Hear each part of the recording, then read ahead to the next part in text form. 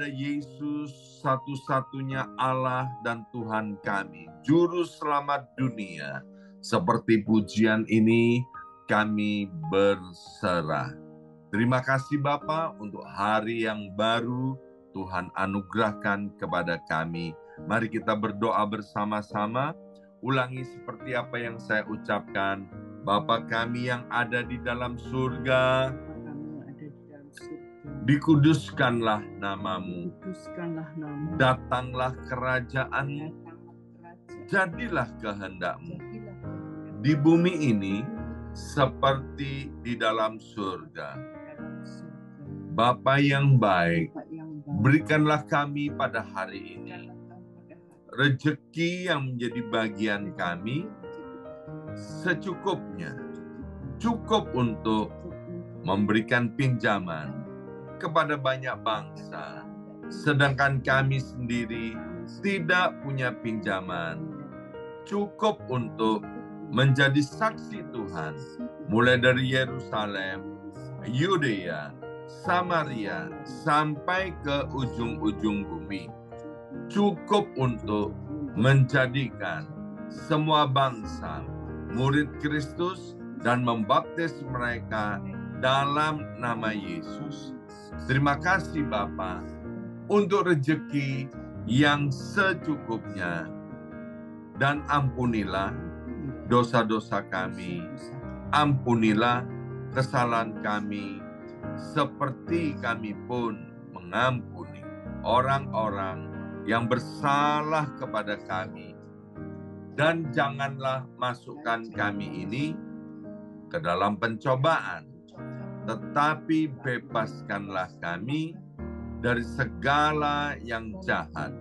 Sebab Engkaulah yang empunya kerajaan, kuasa, dan kemuliaan sampai selama-lamanya. Dalam nama Tuhan Yesus, kami sudah berdoa. Haleluya, haleluya, haleluya.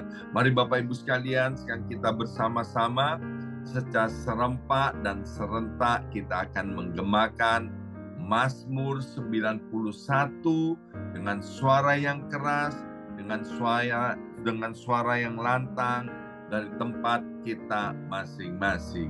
2, 3. Mazmur 91.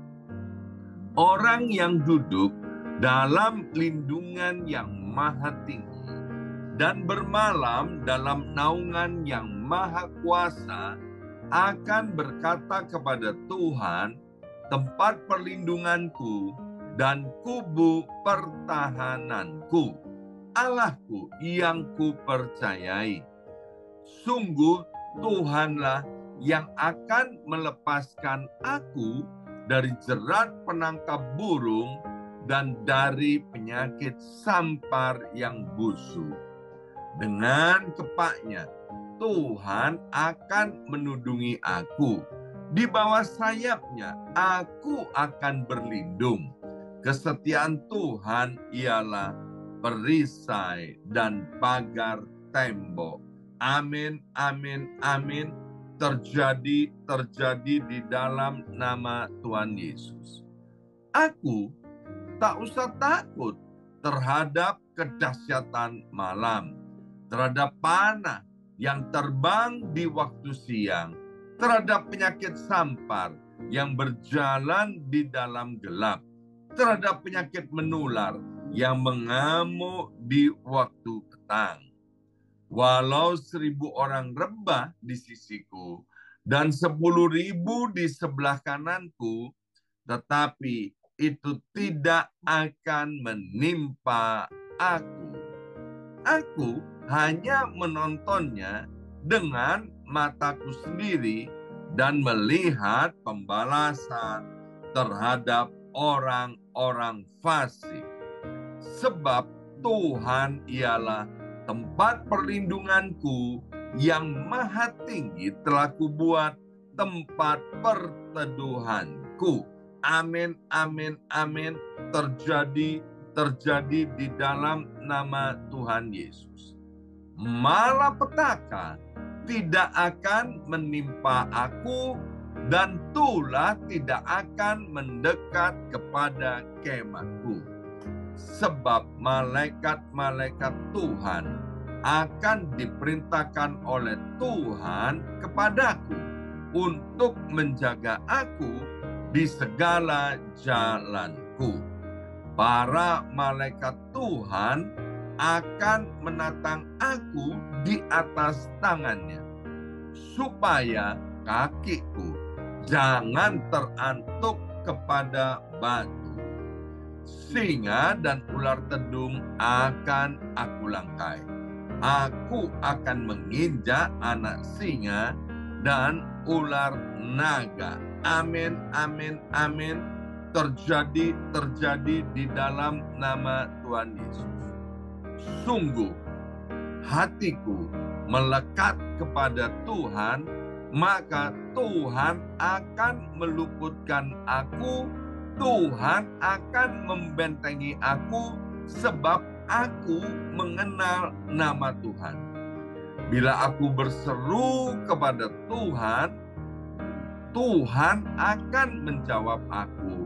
Tuhan akan menyertai aku dalam kesesakan.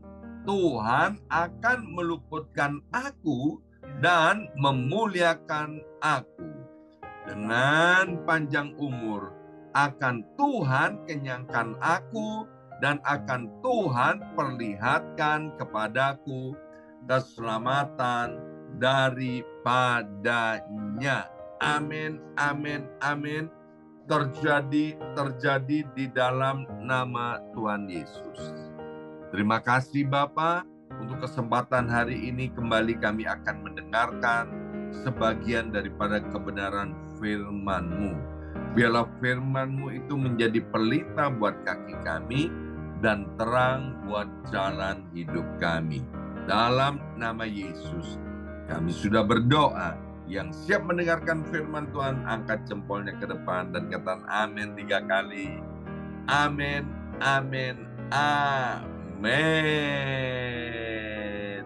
Salam revival, salam kebangkitan. Semangat pagi. Ya, semuanya semangat pagi. Apa kabarnya Bapak Ibu semuanya? Ya, senang sekali hari ini Senin 18 Desember 2023. Boleh bersama-sama kembali dengan Bapak, Ibu, anak-anak Tuhan yang luar biasa ya. Baik Bapak Ibu sekalian, renungan pada hari ini kita ambil dari kitab Lukas pasal yang ke-5. Kita akan baca ayat yang pertama sampai dengan ayat yang ke-7. Nanti Bapak Ibu sekalian kalau ada waktu ya boleh membacanya di rumah masing-masing sampai dengan ayat yang ke-11. Lukas pasal yang ke-5. Ayat yang pertama. Pada suatu kali, Yesus berdiri di pantai Danau Genesaret. Sedang orang banyak mengerumuni dia, hendak mendengarkan firman Allah. Ya. Nah, yang pertama, Bapak Ibu sekalian, coba lihat. Orang banyak itu sedang mengerumuni Yesus untuk apa? Untuk mendengarkan firman Allah. Mendengarkan firman Tuhan. Luar biasa, ini peristiwa 2000 tahun yang lalu, ternyata orang-orang pada waktu itu haus dan lapar akan firman Tuhan. Artinya apa? Orang-orang pada waktu itu menyadari tentang pentingnya Tuhan dan pentingnya firman itu.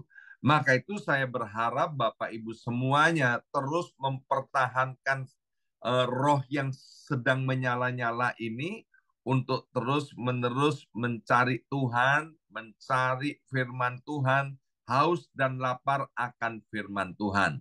Firman Tuhan bukan hanya menjadi sekedar pengetahuan di otak dan kepala kita, tapi biarlah firman Tuhan itu kita renung-renungkan dan kemudian kita terapkan dalam hidup kita sehari-hari.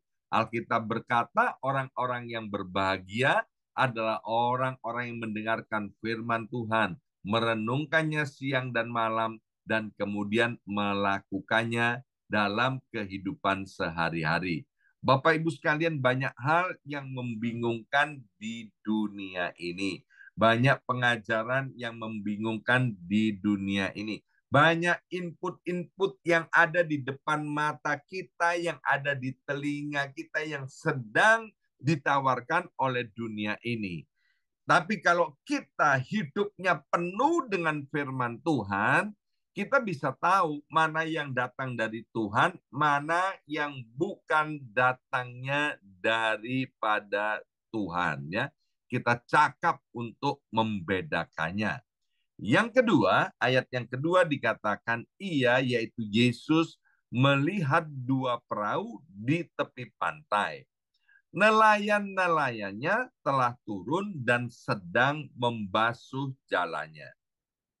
Ayat yang ketiga, ia naik ke dalam salah satu perahu itu, yaitu perahu Simon. Perhatikan di sini ada dua perahu, tetapi Yesus memilih untuk naik atau memasuki perahu daripada Simon itu. Dan kemudian Yesus menyuruh dia supaya menolakkan perahunya sedikit jauh dari pantai. Lalu ia duduk dan mengajar orang banyak dari atas perahu. Setelah selesai berbicara, ia berkata kepada Simon, "Bertolaklah ke tempat yang dalam dan tebarkanlah jalamu untuk menangkap ikan." 5. Simon menjawab, "Guru, telah sepanjang malam kami bekerja keras dan kami tidak menangkap apa-apa. Tetapi karena engkau menyuruhnya, aku akan menebarkan jala." Ya. Nah, Bapak Ibu sekalian, setelah Yesus berkhotbah, memberikan pengajarannya dari atas perahunya Simon, maka Tuhan bilang kepada Simon, "Ayo Simon, sekarang bertolak ke tempat yang dalam dan tebarkanlah jalamu untuk menangkap ikan."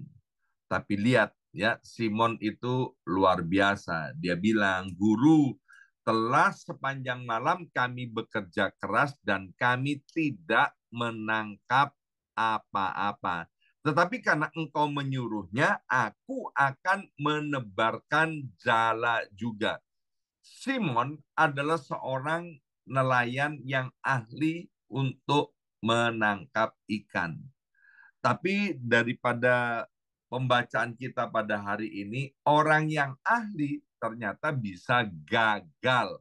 Orang yang ahli ternyata bisa tidak berhasil, ya.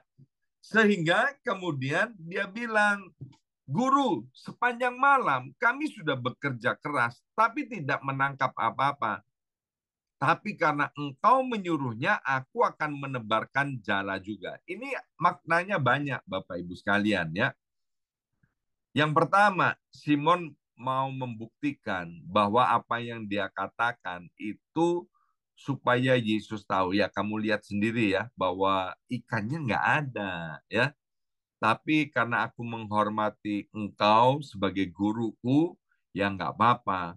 Aku turuti supaya kamu tahu apa yang aku katakan itu tidak bohong. Apa yang aku katakan itu adalah kenyataan. Yang kedua dari ayat ini bisa juga mengandung arti begini. "Ya guru, aku percaya kepadamu, kalau engkau yang menyuruhnya, maka aku akan mengalami mujizat." Nah, Bapak Ibu sekalian, hari ini kita sedang diperhadapkan juga. Percayakah bahwa mujizat itu masih ada di dalam kehidupan ini? Tuhan Yesus itu tidak pernah berubah dulu, sekarang, dan selama-lamanya. Saya suka sekali dengan ayat firman Tuhan yang berkata, tidak ada yang mustahil bagi Tuhan dan tidak ada yang mustahil bagi orang percaya. Saya suka juga dengan firman Tuhan yang berkata, terjadilah seperti apa yang engkau percayai, terjadilah seperti apa yang engkau imani. Biarlah Bapak Ibu sekalian tidak salah mempercayai, tidak salah mengimani tentang sesuatu. Ayat yang keenam, dan setelah mereka melakukannya, ternyata mereka menangkap sejumlah besar ikan, sehingga jala mereka mulai koyak. Ayat yang ketujuh, lalu mereka memberi isyarat kepada teman-temannya di perahu yang lain, supaya mereka datang membantunya, dan mereka itu datang, lalu mereka bersama-sama mengisi kedua perahu itu dengan ikan hingga hampir tenggelam. Ya, kenapa? Saking banyaknya ikan itu. Tidak cukup ikan itu dimasukkan ke satu perahu, tapi dimasukkan juga kepada perahu yang lain untuk menampung ikan itu. Ya, saya teringat akan janda di Sarfat yang miskin itu, Bapak Ibu sekalian, waktu dia menyediakan buli-buli, ya, maka ketika minyak dituangkan ke dalam buli-buli itu, maka minyak itu terus mengalir. Tetapi ketika buli-bulinya sudah penuh semua dengan minyak itu, maka minyak itu berhenti mengalir. Sayang sekali dalam peristiwa ini cuma ada 2 perahu. Coba kalau perahunya ada 4, ada 5, ya, saya percaya semuanya akan penuh dengan ikan. Ya, pelajaran apa yang kita dapat di sini? Pelajarannya begini, Bapak Ibu sekalian, ya, bahwa Tuhan itu Maha Tahu. Mata kita itu kan terbatas, dibatasi oleh tembok, dibatasi oleh ruang, sehingga pandangan kita ini cuman terbatas, Bapak Ibu sekalian. Tapi Tuhan yang Maha Tahu, Tuhan yang Maha Kuasa, Tuhan yang Maha Hadir, pandangannya itu jauh ke depan. Ya, Petrus atau Simon itu yang disebut di Alkitab, dia nggak tahu, nggak bisa melihat di mana ikan itu berada. Tapi Tuhan tahu, ya, meskipun siang hari, nelayan itu biasanya kan menjala ikan memang di malam hari, ya. Tapi Tuhan tahu di waktu siang itu di mana ada ikan, ya. Nah, hari ini Bapak Ibu sekalian, saya seringkali katakan begini, bahwa banyak berkat yang ada di sekeliling kita, tapi mata kita ini tidak bisa melihatnya dengan jelas. Tapi kalau kita taat kepada Tuhan, maka kita bisa melihat loh di mana ada berkat, di mana ada berkat yang terbaik yang sedang Tuhan simpankan untuk kita. Mazmur 91 yang kita deklarasikan setiap hari, salah satunya diambil dari Mazmur 91 ayat yang ke-14. Kalau hati kita melekat kepada Tuhan, sekali lagi, kalau hati kita melekat kepada Tuhan, maka di situ kita akan melihat pertolongan, mujizat daripada Tuhan. Sekali lagi, Bapak Ibu sekalian, percayalah bahwa mujizat itu masih ada, bukan hanya dulu, tapi sampai hari ini. Dan mujizat itu untuk kita, ya. Nah, Bapak Ibu sekalian, mungkin kita sudah melakukan banyak hal yang terbaik untuk kita. Tetapi kayaknya hari ini tidak berhasil. Dan kemudian kita tergoda untuk menyerah. Mungkin dalam hati kita bilang begini, buat apa aku mencoba lagi? Ya, rasa-rasanya tidak ada gunanya. Karena selalu gagal, ya. Baik itu dalam pekerjaan, di dalam kehidupan berumah tangga, atau mungkin di dalam kesehatan dan lain sebagainya yang sempat membuat kita untuk menyerah. Hari ini kabar baiknya, ayo jangan ada seorang pun dari antara kita yang menyerah. Di dalam Tuhan masih ada harapan. Amin. Kuasa Tuhan tidak pernah luntur oleh karena waktu, Bapak Ibu sekalian. Dan kuasa Tuhan itu tidak bisa dibatasi oleh kegagalan kita di masa lalu.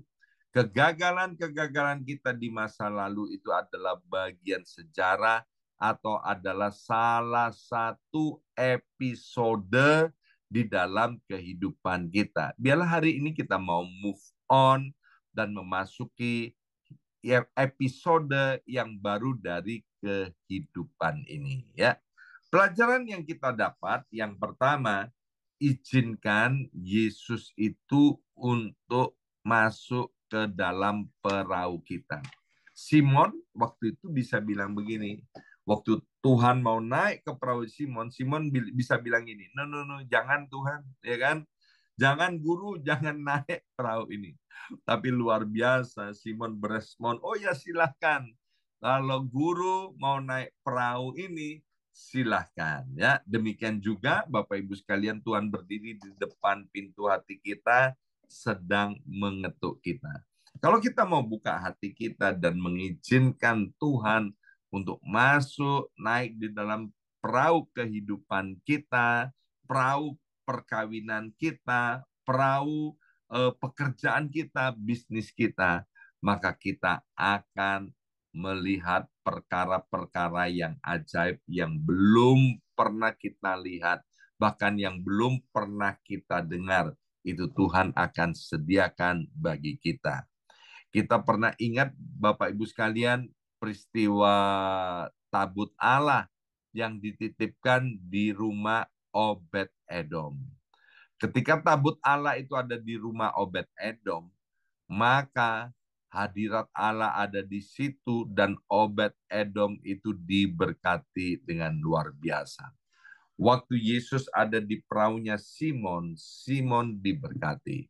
Hari ini kalau kita mau membuka hati kita dan mengizinkan Yesus itu masuk, tinggal di dalam perahu kehidupan kita, kita juga akan melihat mujizat, kita akan melihat berkat-berkat Tuhan dicurahkan dalam hidup kita. Yang kedua, dalam Lukas 5 ayat yang keempat tadi dikatakan, setelah selesai berbicara, ia yaitu Yesus berkata kepada Simon, bertolaklah ke tempat yang dalam, ya, dan tebarkanlah jalamu untuk menangkap ikan. Kita akan belajar tentang tempat yang dalam.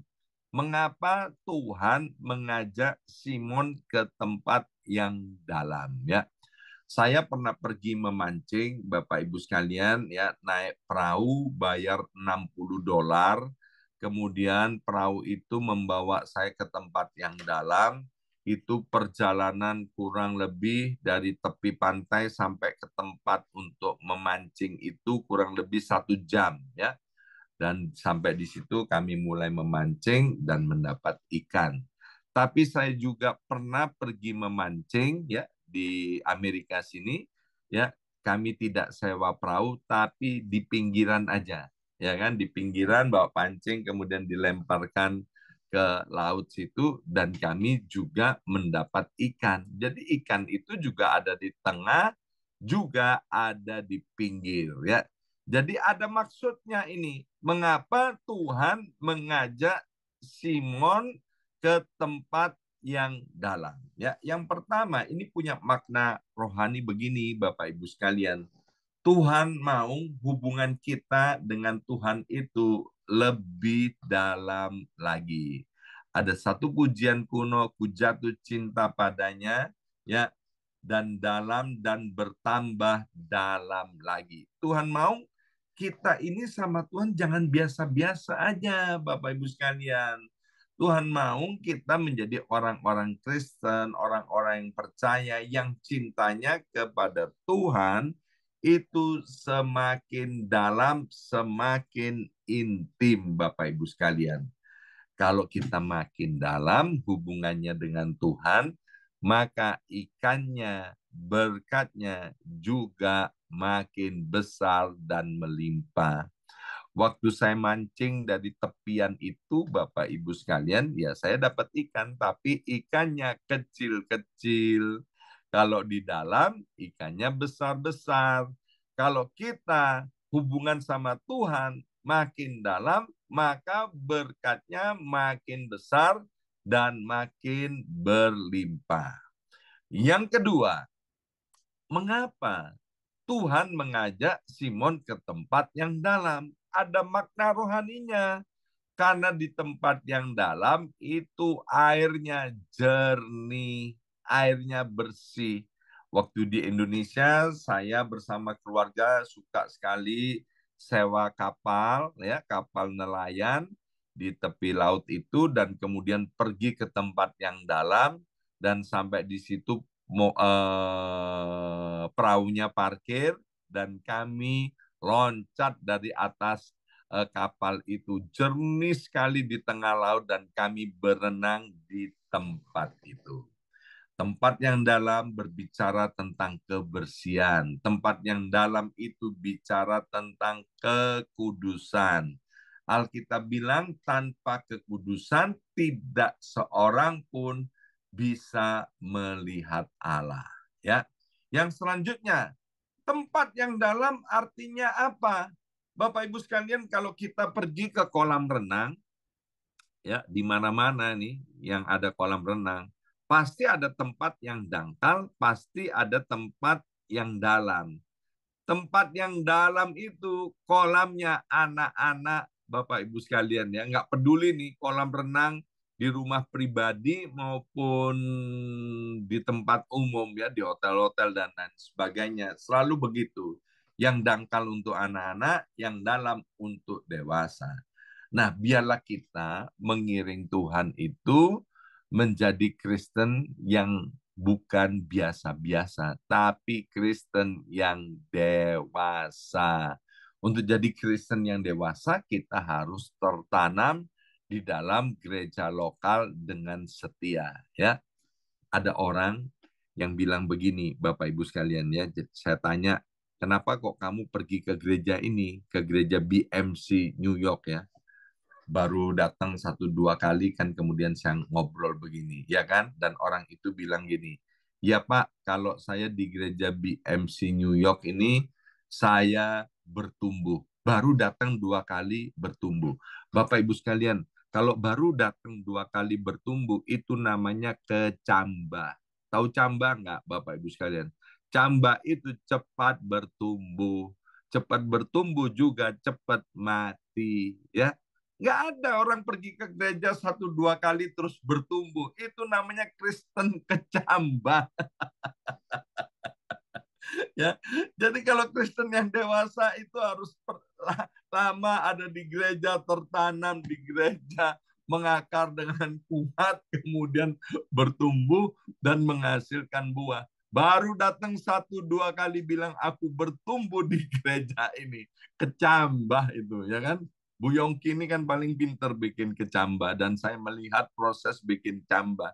Bikin cambah itu 2-3 hari udah tumbuh, Bapak Ibu sekalian. Tapi setelah itu apa?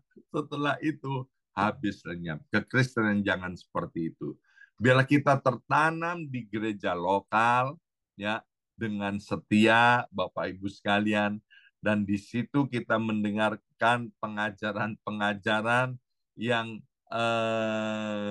ada topik-topiknya yang membawa kita tahap demi tahap untuk terus naik dan bertumbuh mengakar kuat di dalam Tuhan, ya. Hari ini kita sudah belajar dari apa yang terjadi di tepi pantai Danau Genesaret. Yang pertama, Tuhan mau kita seperti orang banyak itu, kita haus dan lapar senantiasa akan firman Tuhan. Yang kedua, izinkan Tuhan itu masuk di dalam perahu kehidupan kita. Dan yang ketiga, kita belajar, kita harus punya hubungan dengan Tuhan lebih dalam, dan lebih dalam lagi. Salah satunya, biarlah kita terus hidup senada dengan sorga, menjaga kekudusan. Sebab tanpa kekudusan, tidak seorang pun akan melihat Allah. Dan percayalah Bapak Ibu sekalian, Tuhan akan memberkati kita. Kita akan melihat mujizat dan pertolongan Tuhan dalam hidup ini sebelum kita tinggalkan tahun 2023 ini. Mari kita berdoa. Materaikan setiap benih kebenaran firman Tuhan ini, ya Aba, ya Bapa. Biarlah setiap kami Tuhan menjadi orang-orang yang berbahagia, karena kami setelah mendengarkan firman Tuhan, merenung-renungkannya, dan melakukannya dalam kehidupan sehari-hari. Yang berkati setiap anak-anak-Mu yang sudah dengan setia Tuhan mendahulukan Kau di atas segala-galanya. Biarlah semuanya Tuhan tambah-tambahkan dalam hidup anak-anak-Mu ini. Dalam nama Yesus kami sudah berdoa. Haleluya. Amin, amin, amin.